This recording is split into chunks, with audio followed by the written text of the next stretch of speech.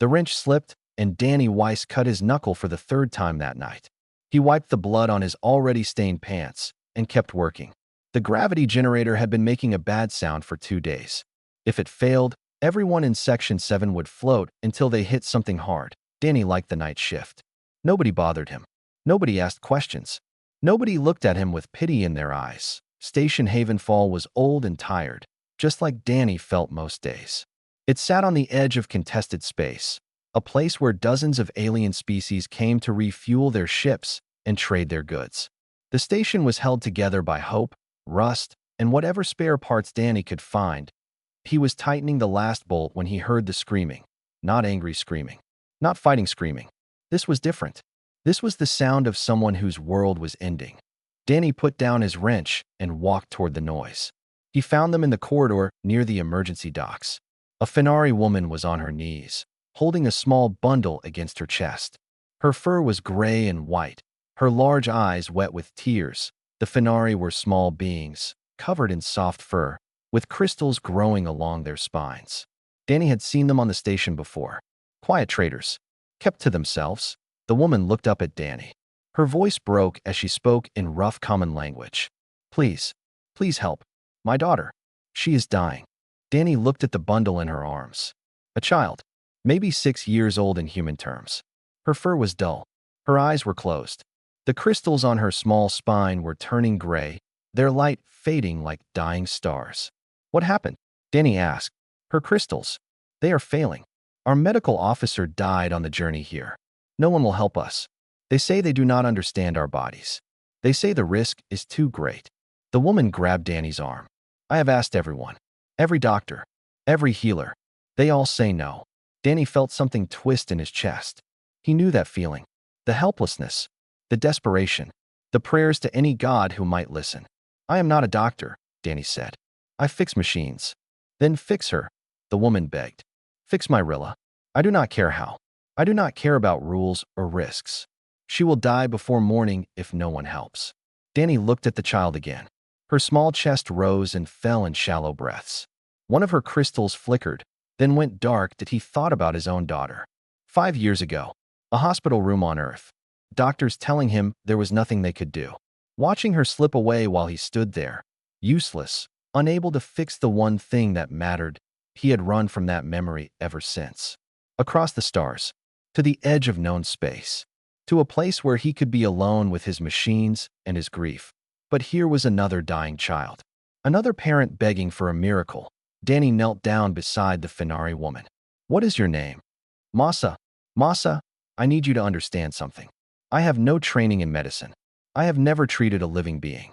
Everything I know is about engines and generators and things made of metal. Masa's eyes never left his face. But you are willing to try. It was not a question. Danny thought about all the machines he had saved that others had declared dead. Engines that would never run again. Systems that were too damaged to repair. He had fixed them all by understanding one simple truth.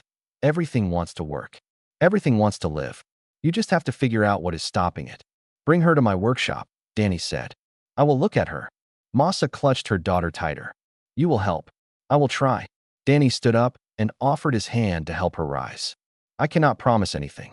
I do not even know if what I am thinking will work. But I will not let her die without trying everything I know. Masa took his hand. Her fur was soft against his rough skin. Why? She whispered. Why would you help us when everyone else refused? Danny did not answer right away. He led them down the corridor toward his workshop, past the humming pipes and flickering lights of the old station. Finally, he spoke. Because I once watched someone I loved die while I did nothing. I will not do that again. They reached his workshop. It was small and crowded, filled with engine parts and tools and diagnostic equipment. Not a place for healing. Not a place for hope. But it was all Danny had. He cleared a space on his workbench and gently took Rilla from her mother's arms. The child was so light, so fragile. Her crystals were barely glowing now. Danny looked at Masa. I need to scan her. I need to understand what is wrong. Do whatever you must. Danny picked up his engineering scanner, the same one he used to find cracks in reactor cores and failures in power systems. He had never used it on a living being before. He turned it on and began to work. I do not know medicine, he said quietly, more to himself than to Masa. But I know systems. and everything alive is just a system that wants to keep running. He looked at the dying child on his workbench. Let me see what is stopping you, little one. The scanner hummed. The data began to flow, and Danny Weiss, a broken man who fixed broken machines, began the most important repair of his life. 3 hours of data filled Danny's screen, and none of it made sense. Fenari biology was nothing like human biology. Nothing like any species Danny had studied in his basic xenobiology courses back on Earth. The crystals along Rilla's spine were not just decorations. They were organs. They regulated her body temperature, carried signals between her brain and her limbs, and filtered toxins from her blood. Without them, she would die, and hers were failing. Masa sat in the corner of the workshop, her knees pulled up to her chest. She had not spoken in an hour. She just watched Danny work, her large eyes following his every movement. Danny ran the scan again, and again, and again. There has to be something, he muttered. A reason, a cause. Standard medical scans showed nothing wrong. The crystals were intact. The neural pathways were clear. According to every reading Danny could find, Rilla should be perfectly healthy, but she was dying. That was a fact no scan could deny. Danny leaned back in his chair and rubbed his eyes. He was thinking about this wrong. He was looking at Rilla like a doctor would, searching for disease or infection or damage, but he was not a doctor. He was a mechanic that he pulled up a different scanning mode, one he used to find microscopic fractures in warp coils.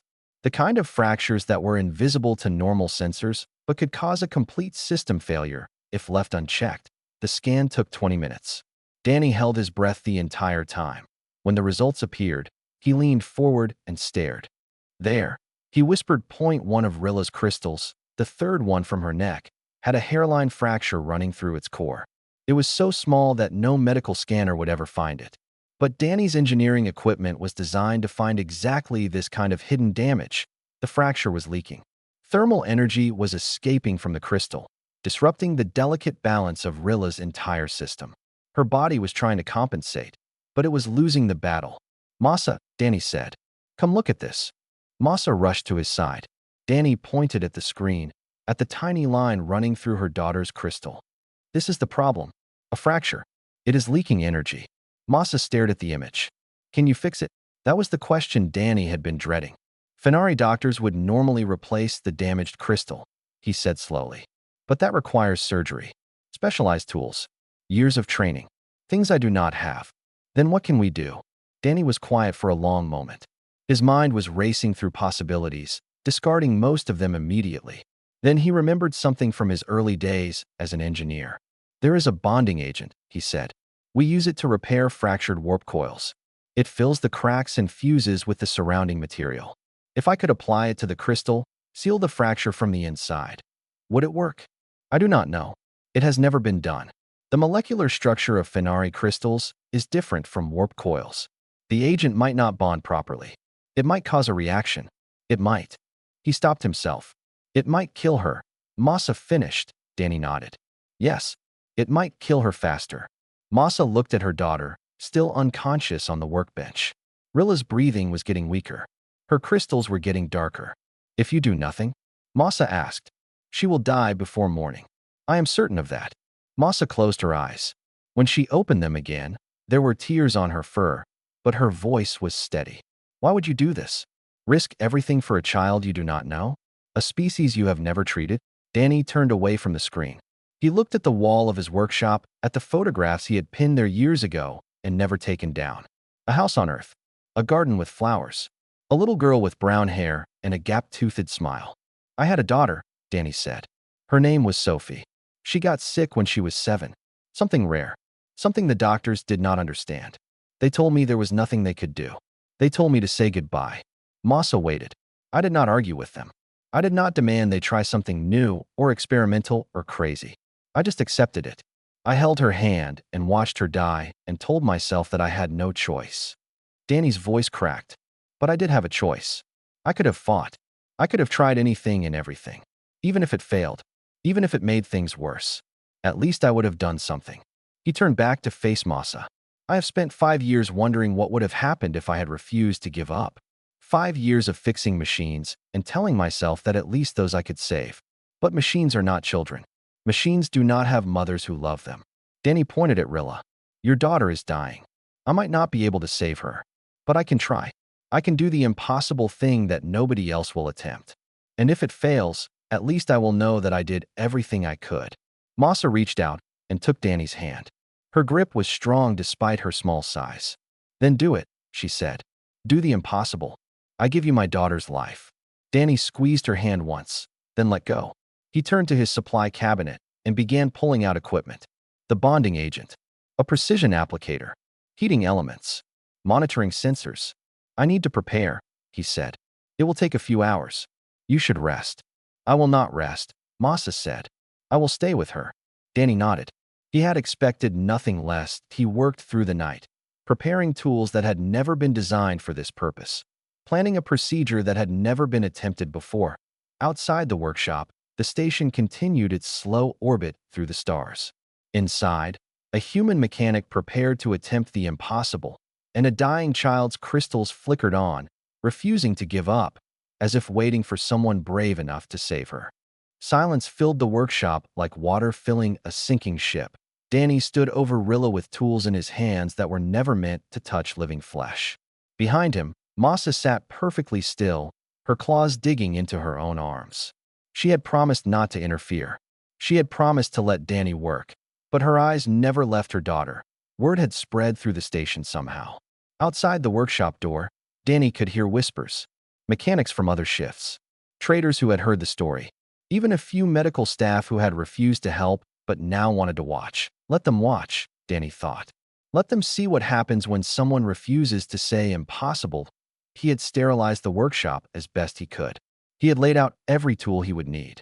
He had run the calculations 100 times. Now there was nothing left but to begin. I am starting, Danny said quietly. Masa nodded.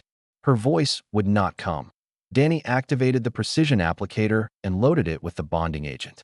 The device was designed to inject microscopic amounts of sealant into fractured metal. Using it on a living crystal was either brilliant or insane. Probably both. That he positioned the applicator over the damaged crystal, the third one from Rilla's neck. Through his magnification visor, he could see the hairline fracture clearly now. Such a small thing. Such a tiny crack. And yet it was killing her. Danny took a breath. Then he began. The applicator hummed as it delivered the first drop of bonding agent into the fracture. Danny watched the readings on his screen. Rilla's temperature, her neural activity, the energy output of her crystals. For a moment, nothing changed. Then everything went wrong. Rilla's body jerked.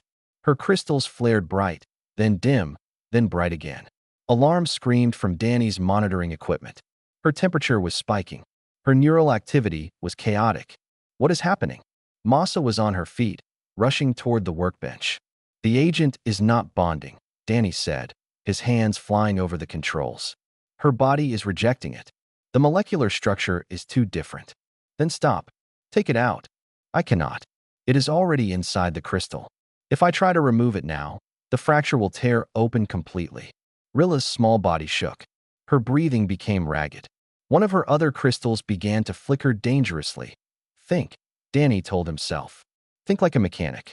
What would you do if this was a warp coil? The answer came to him like a light switching on. Temperature. The bonding agent needed to be heated to fuse properly. On a warp coil, the surrounding system would provide that heat automatically. But Rilla's body was cold. Too cold.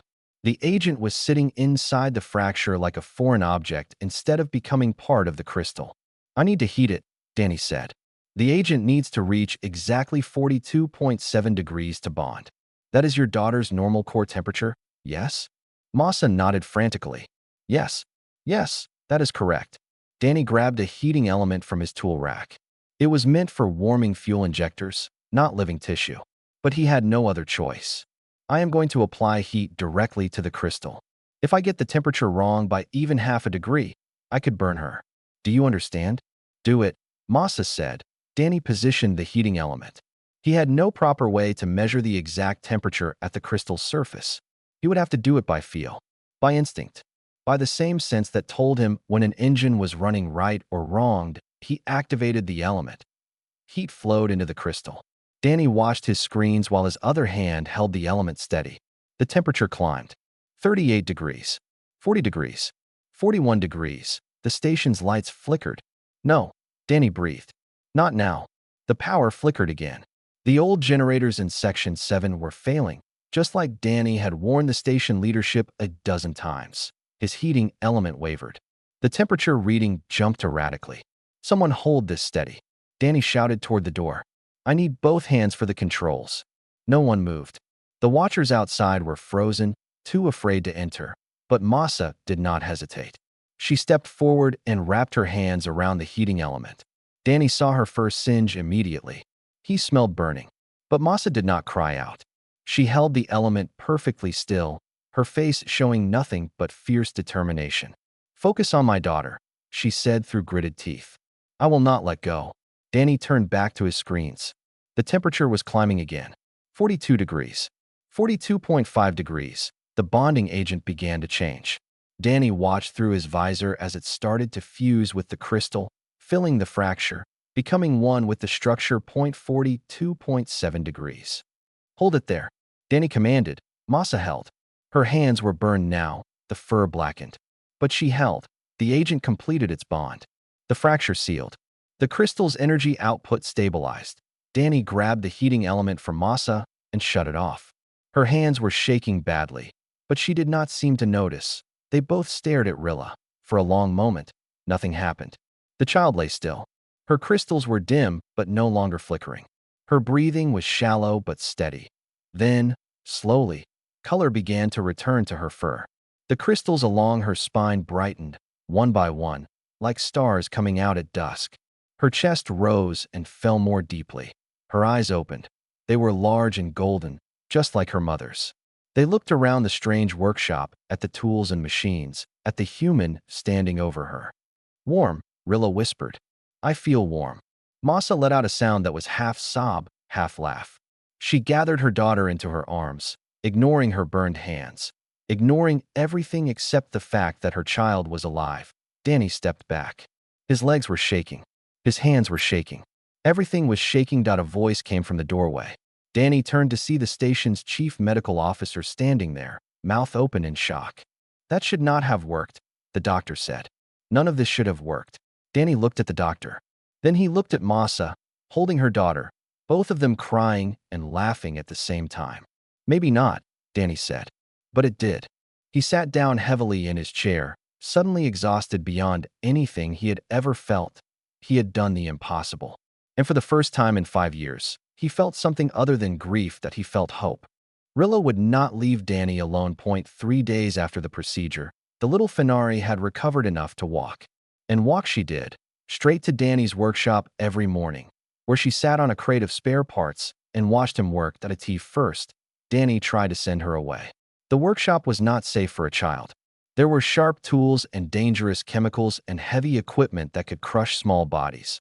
But Rilla simply tilted her head, blinked her large golden eyes, and said, You fixed me. I want to watch you fix other things. Danny found he could not argue with that logic. Rilla stayed. She handed him tools when he needed them, always somehow knowing which one before he asked. She asked questions about engines and generators and power systems, questions that Danny answered without thinking until he realized he was teaching her. Masa visited often, her hands wrapped in healing bandages. She never complained about the burns. She called them the price of her daughter's life, and she would pay it 1,000 times over. She talks about you constantly, Masa told Danny one evening. Danny fixed me. Danny saved me. Danny knows how everything works. Danny felt his face grow warm. He was not used to being admired. I just got lucky. You got skilled, Masa corrected. And brave. There is no luck in what you did. On the 5th day, a ship arrived from the Finari homeworld. 3 physicians stepped off, their fur immaculately groomed, their expressions somewhere between disbelief and intense curiosity. They examined Rilla for hours. They scanned her crystals with equipment far more advanced than anything Danny owned. They consulted data tablets and argued with each other in the Finari language. Finally, the lead physician approached Danny. Your repair is not just holding, she said. The crystal is regenerating around the bond.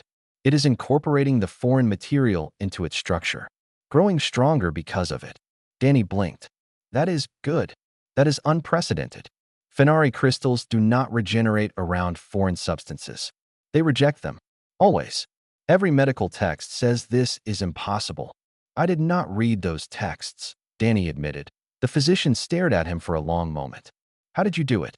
How did a human with no medical training accomplish something our best surgeons have never achieved? Danny thought about the question.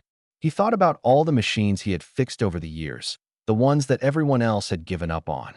I did not treat her like a patient, he finally said. I treated her like a machine that wanted to live. A system that was fighting to keep running. I did not try to understand everything about how she worked. I just looked for what was broken and figured out how to fix it. The physician exchanged glances with her colleagues. This approach, it is unorthodox.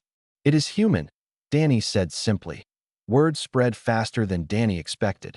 Within a week, messages began arriving at Station Havenfall from across the sector. A Velian with failing neural implants. A Karathi whose synthetic heart was rejecting its organic connections. A Minari child born with crystalline bones that were not developing properly. Species Danny had never heard of, with bodies he did not understand, all asking the same question. Could the human mechanic who did the impossible help them too? Danny did not know what to say. He was still just a mechanic. He fixed engines and generators.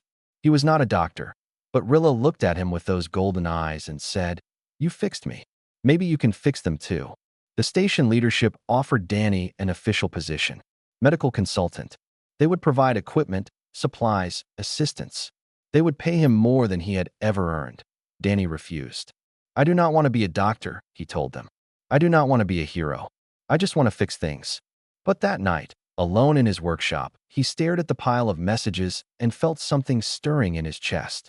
All those people out there, suffering from problems that traditional medicine could not solve.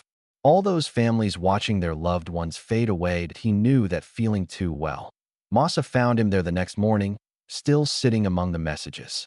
The Fenari Council has asked me to return home, she said. They want to study what you did. They want to understand how Rilla's crystal changed. Danny nodded. You should go.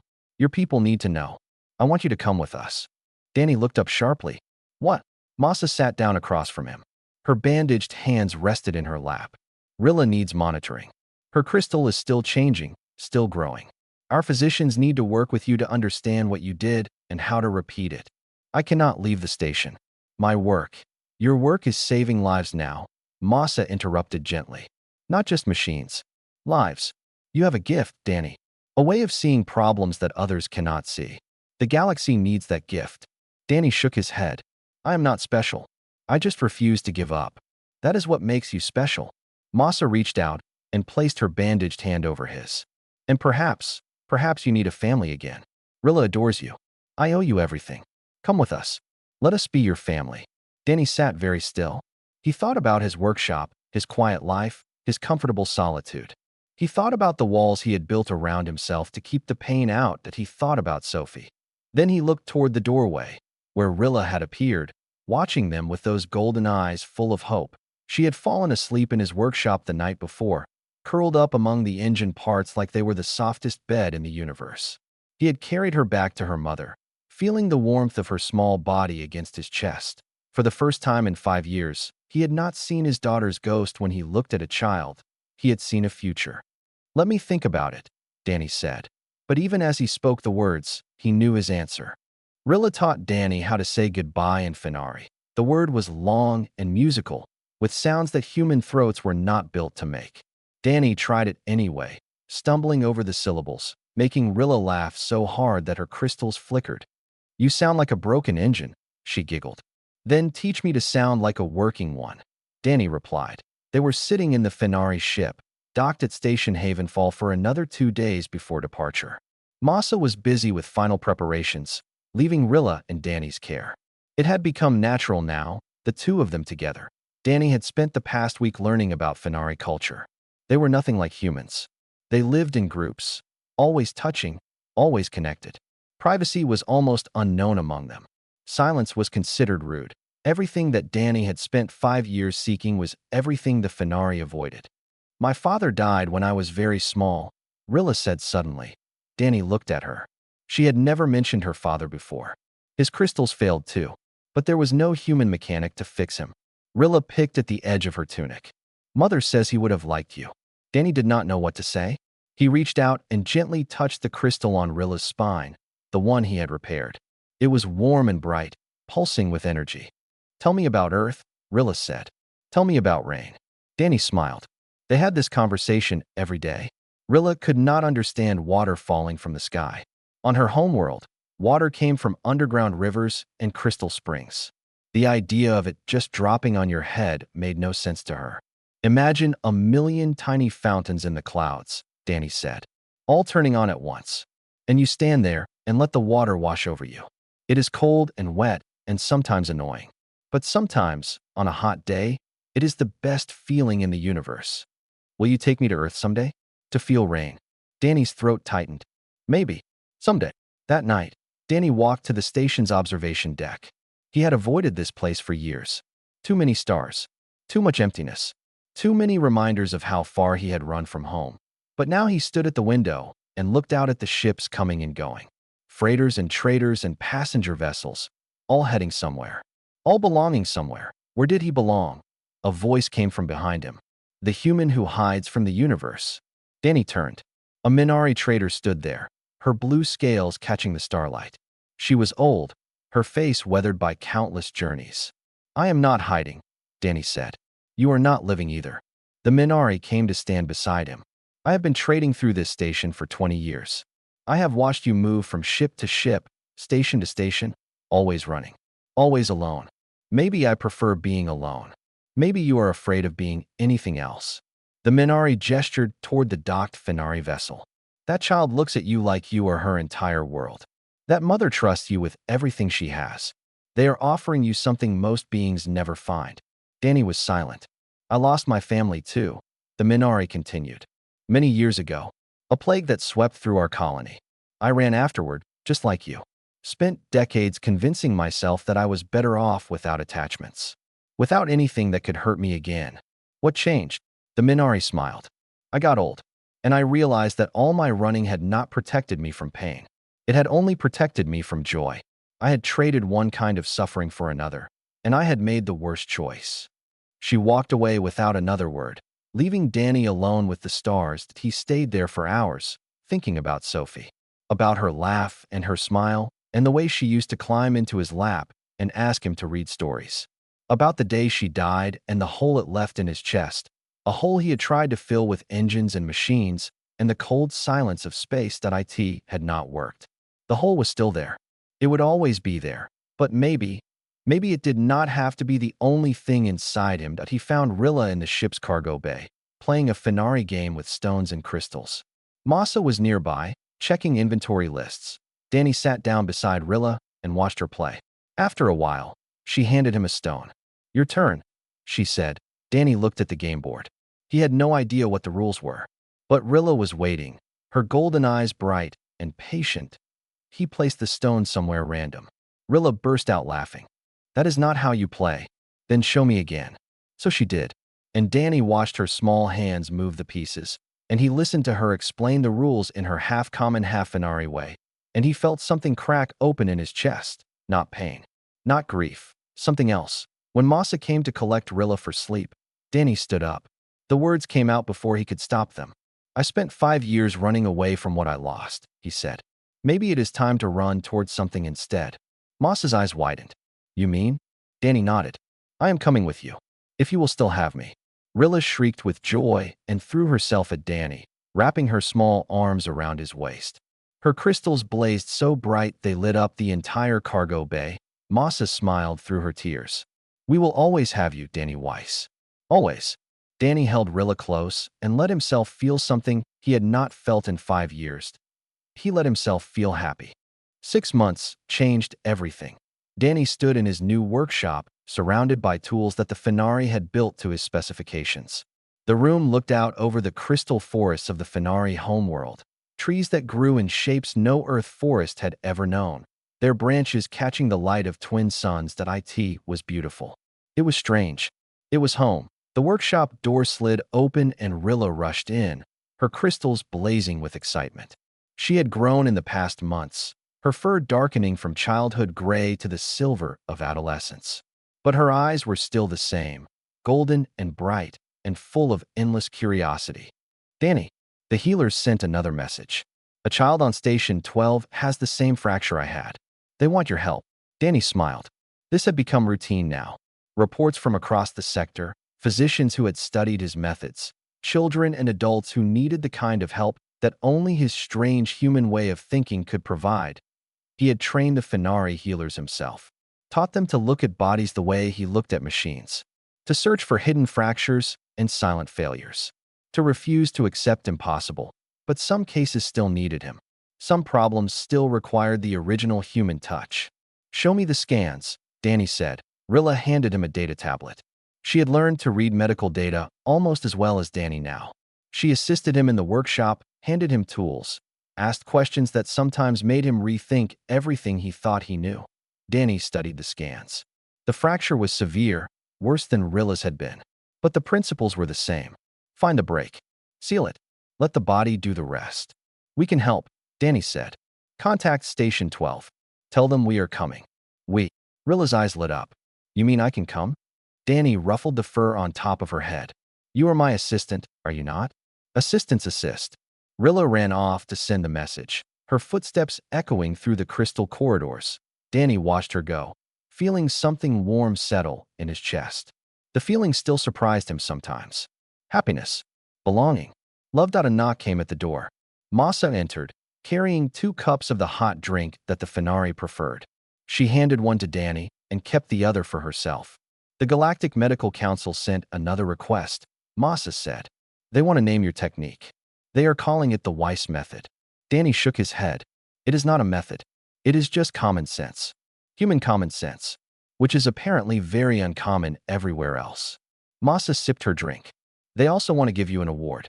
Something about advancing xenobiological medicine across 12 species. I do not need an award. I know. I told them you would refuse. They are sending it anyway. Danny laughed. It was still strange to hear that sound coming from his own mouth. For 5 years, he had forgotten how to laugh. Now Rilla reminded him every day. That evening, Danny visited the memorial gardens outside the capital city. The Finari built their gardens differently than humans did. Instead of flowers and grass, they grew crystals and patterns that caught the light and made music when the wind blew. But in one corner, there was something different. An earth flower, growing in imported soil, tended carefully by Danny himself. It was a daisy. Sophie's favorite flower. Danny knelt beside it and touched the white petals gently. He came here every week, on the anniversary of the day she died. But today was different. Today, he was not alone. Rilla appeared beside him, quiet for once. She looked at the flower, then at Danny. Is this for her? Rilla asked softly. Your daughter? Danny nodded. He had told Rilla about Sophie a few months ago. It had been the hardest conversation of his life, but also, somehow, the most important. She liked daisies, Danny said. She used to pick them in our garden and make necklaces out of them. She gave me one the day before she got sick. I kept it until it crumbled to dust. Rilla was quiet for a moment. Then she sat down beside Danny and placed her small hand over his heart. She lives here, Rilla said. I can feel her. Danny stared at the child beside him. The child he had saved. The child who had saved him right back without even knowing it. For the first time in 5 years, Danny felt tears on his cheeks. Not tears of grief. Not tears of pain. Something else. Something cleaner. He cried. And Rilla held his hand.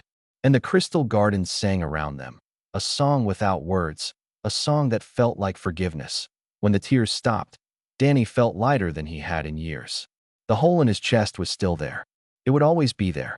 But it was not empty anymore. Masa found them there as the suns began to set. There is a message from Station 12, she said gently. The child's condition is worsening. They need you as soon as possible. Danny wiped his eyes and stood up. He looked at the daisy one more time, then at Rilla, then at Masa, his family. His new family. Found across the stars in the most impossible way. Then let us go do the impossible again, Danny said. Rilla grabbed his hand. Masa grabbed the other. Together, they walked out of the memorial garden and toward their ship, toward another child who needed saving, toward another miracle waiting to happen. Behind them, the daisy swayed in the wind, white petals bright against the alien crystals. A piece of earth. A piece of Sophie. A reminder that love never really dies. It just finds new ways to grow.